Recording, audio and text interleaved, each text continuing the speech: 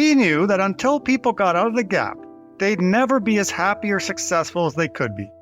The gap is found in both mundane and monumental experiences. You could be in the gap about getting the smaller half of a cookie, or you could be in the gap about your entire past, wishing your life had been something different or better. Welcome to Philosopher Insights, the podcast that delivers wisdom in minutes a day that you can put into practice daily and strive to master over a lifetime. The podcast committed to sharing ideas that encourage you to bridge the gap between who you are today and the person you aspire to be in the future. Hi, my name is Herb Lamba, and welcome to my podcast, where I will share practical insights from the world's best authors. Knowledge isn't power. Applied knowledge is. The quest to become the best version of you starts right now. Hi, and welcome to Philosopher Insights. Today we're taking a look at The Gap and the Gain, the high achiever's guide to happiness, confidence, and success. The author of the book is Dan Sullivan, with contributions from Benjamin Hardy, and the book is published in 2021. I want to share a number of my favorite insights from this book, starting with Play the Long Game, Self-Determined, Always Measure Backwards, The Critical Hour, 3 Wins Each Day, Be in the Driver's Seat, Own the Experience, and finally, a closing thought. So let's start with the introduction.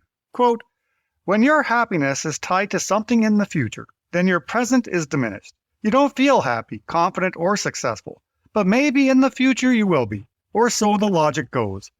When you're chasing happiness externally, it's because you're disconnected internally. And when you're disconnected internally, then you're trying to fill a gap. Are you in the gap?" In the early 90s, Dan Sullivan, the world's foremost entrepreneurial coach, discovered how pervasive the gap was among his highly successful clients, as well as people generally. He exposed the gap as a toxic mindset that stopped people from being happy and appreciating their lives. He knew that until people got out of the gap, they'd never be as happy or successful as they could be. The gap is found in both mundane and monumental experiences. You could be in the gap about getting the smaller half of a cookie, or you could be in the gap about your entire past, wishing your life had been something different or better. High achievers are particularly prone to being in the gap. For instance, research shows that CEOs are twice as likely to have depression than the general public. Entrepreneurs are prone to substance abuse, as well as depression and suicide. Even after some massive victory, their mind quickly goes to the next unreached achievement. Although this can lead to a great deal of external success, the problem remains unresolved internally. Many, if not most, high achievers remain unhappy, and their unhappiness grows deeper and deeper with each external accomplishment. That is, if they stay in the gap. If you're in the gap and think that happiness and success are something you pursue and you will have in the future, then you're in trouble. If you're ready to finally get out of the gap, then you're about to learn how. This book will show you the only way out of the gap. It's human nature to be in the gap. The gain is the antidote. The gain creates immediate happiness. The gain connects you to yourself and your own progress." End quote. Welcome to the introduction of The Gap and the Gain by author Dan Sullivan, with contributions from Dr. Benjamin Hardy. It's a truly captivating read that reveals a seemingly simple but extremely powerful path to happiness. Happiness is the primary objective for most individuals, yet it is a long way off since people compare themselves or their current position to an ideal. You are living in the gap. However, to live in the gain, you measure where you started to what you have achieved. You measure your progress. The problem with evaluating oneself against an ideal is that ideals are like the horizon. With each stride forward, the horizon moves further away. In psychology, they refer to this as hedonic adaptation. Humans have a tendency to adapt to their surroundings and possessions, leaving them unsatisfied for the rest of their lives. Ideals should provide direction in your life, but they should not be the measuring stick. Insight number 1, play the long game. Quote, "When you're doing something you genuinely love, and you're doing it for yourself, then you're intrinsically motivated and have a healthy passion. You don't need to force things or prove yourself. You're playing the long game. You're playing your own game. You're not competing with anyone else. You're not measuring yourself against anyone else's standard." Something Dan Sullivan has noticed in coaching tens of thousands of entrepreneurs since 1974, over 47 years, is that most of them are mentally here, but wanting to be there. Playing the longer game allows you to embrace being here. Yes, you have goals and vision, but you're completely happy where you're at. You are here and you love being here. End quote. In The Passion Paradox by Brad Stulberg and Steve Magnus, they shared the differences between harmonious and obsessive passion. According to them, psychologists distinguish between two types of passion, labeling the unhealthy one obsessive passion and the healthy one harmonious passion. Obsessive passion is harmful to one's health. It has two main aspects. One, an excessive focus on intrinsic outcomes like wealth, fame, and achievement. And two, an excessive fear of failure. Harmonious passion, on the other hand, brings happiness to our lives. The healthy enthusiasm is driven by internal motivations, whereas the toxic passion is driven by external motivation. Quote, "The gap makes you a slave to there, and makes here a prison you can't escape from." End quote. A question for you. What is your long game? You're doing what you love when you're playing the long game. You aren't doing something only to get to another destination. Insight number 2, self-determined. Quote, "A fundamental aspect of being in the game is to live your life in a self-determined way. You stop living in the gap and measuring yourself based on ideals, but rather live based on clear measurables that you yourself have chosen. You then regularly use those criteria to make decisions and move your life forward. As you move forward, you regularly measure yourself backward to evaluate your progress." End quote. Learn to run your own race in life and quit comparing yourself to others. Keep in mind that the comparison game is rigged, and you are destined to lose every single time. The only comparison that matters is the one that measures your progress. Insight number 3, always measure backwards. Quote, "Here are 5 questions. Where am I right now? What are my wins for the past 90 days? What are my desired wins for the next 90 days? Where will I be in 12 months? And where will I be in 3 years? These questions allow me to see where I'm at the moment, what my recent gains were, and what I'm trying to accomplish in the short and long term." End quote. It improves your optimism, motivation, confidence, and resilience to be reminded of the easily forgotten past. You're no longer the same person you used to be. Even in the last 90 days, you've changed and matured a lot. The author recommends using a journal to reflect on your former self and see the incredible gains in your life. Quote, "The gain allows you to live your life without regrets. It gives you power over your progress and experience. The gain creates immediate confidence and momentum. Don't let your past be forgotten. Always measure backwards." End quote. Insight number 4, the critical hour. Quote, "There is one specific hour, the sweet spot of your day, that has the biggest impact on both your short-term and long-term success. What you do during this 1 hour has effects that far outweigh what you do with the other hours of your day. It determines how productive and purposeful you are, as well as influences how well your brain functions. If you use this 1 hour powerfully, the next 24 will be successful. If you don't, they'll be wasted. For most people, the last hour of the day is a gap hour, distracted by media or binge eating. However, the last hour of your day can be a gain hour, one that positively transforms how you sleep as well as your entire next day." End quote. In the Optimized Coach program, we focused heavily on AM and PM bookends. Our goal was to produce masterpiece days, and we began by perfecting our AM and PM bookends. As Darren Hardy says in The Compound Effect, quote, "The key to becoming world-class in your endeavors is to build your performance around world-class routines. It can be difficult, even futile, to predict or control what will show up in the middle of your workday. But you can almost always control how your day starts and ends. I have routines for both." End quote. Your evening routine sets the tone for your morning routine and has an impact on the remainder of your day.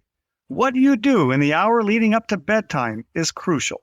Quote, "Research shows that in the hour before bed, 96.9% of people use their smartphone, and 90.8% use their smartphones while in bed just before they sleep. The scrolling and staring cycle is a dangerous draw on tomorrow's productivity and creativity bank account.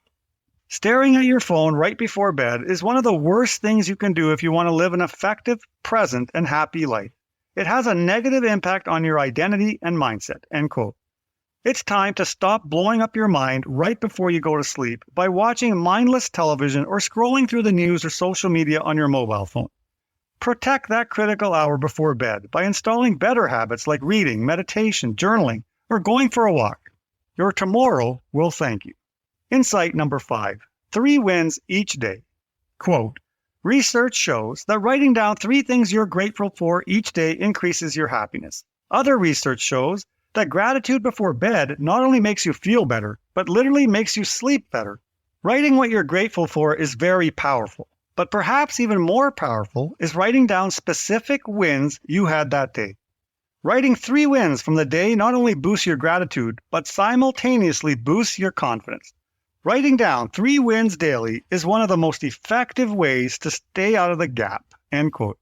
You should also try jotting down your predicted wins for the next day. There are 3 reasons why finding those wins for the following day is essential. Number 1, it boosts your gratitude and confidence. Number 2, directs your subconscious while you sleep. And number 3, gives yourself a purpose for the next day.